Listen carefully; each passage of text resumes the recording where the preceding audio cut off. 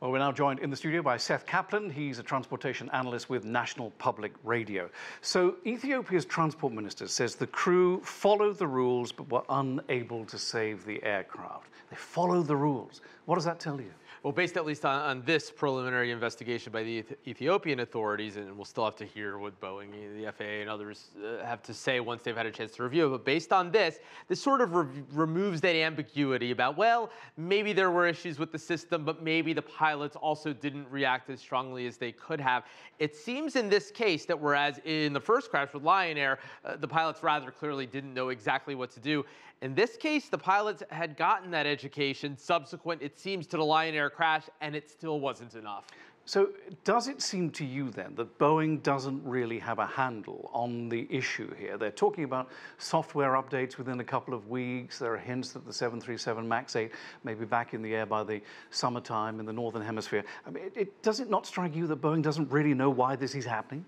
Well, the good news, if you could call it that, for Boeing is that at least the cause seems to have been what a lot of people feared. It wasn't some totally different thing. That would have been even worse if there was some other issue with the plane. I mean, this crash in the end looks rather similar to Lion Air. The new thing that we know here is that even the best efforts of pilots seem to have not been enough. So the fix that Boeing is working on does address this issue, but it just shows how urgent that fix is, and that even that further education that everybody getting wasn't enough, that these planes, even with that, perhaps shouldn't have been flying subsequent to the Lion Air crash. Yeah, so do you think this is a case of the computers befuddling the crew and in the end being a hindrance rather than a help? And what I'm really asking is, might a more experienced aviator, someone who's been flying these kind of planes and many other planes for years and years and years, handle situation differently? Well, in this case, you had a fairly inexperienced pilot in the right seat, as it's often called, the first officer, the co-pilot,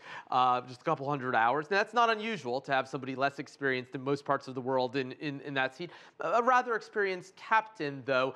Yeah, automation has its benefits and downsides. Overall, though, as flight has become more automated, aviation has become safer, so it's hard to blame automation per se. It's when, as I think you're suggesting, John, that it gets out of hand and you have a system that, based on a bad reading from one sensor, and that's what should never happen, right, brings down an aircraft. Well, that brings me to my next question, because the remedy to this situation, or the antidote to this situation, is available, but it's an add-on. You have to pay extra. It's just like a car. When you have a car, you can have things added to your car. You can customize it, and airlines do the same when they get new aircraft. But it costs more. How bad is that for Boeing?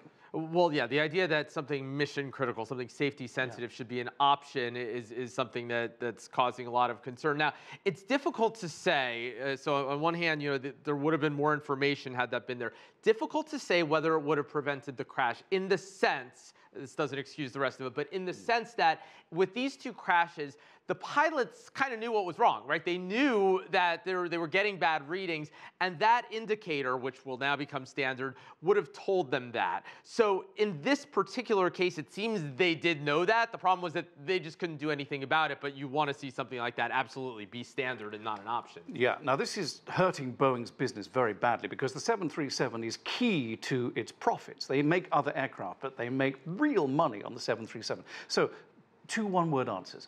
Will this eventually get solved and blow over? Yes. It will? Yes. And do you think there might be criminal charges coming down the pike at some point? Ooh, I don't know, and even with my first answer, just saying yes, if you asked me to push one way or the other, you'd think so, because there's so much incentive to get it right. When we know there is an investigation, we'll see. Clearly, many things went wrong. There's no question about that. The question is whether something very inappropriate happened, or whether it was just the regulators, whether because they were under-resourced or otherwise just not doing their jobs properly. All right, Seth, very good to see you. Sad story, of course, but very good for you. If you have your analysis, thank you very much. Sean, thanks. Thank you.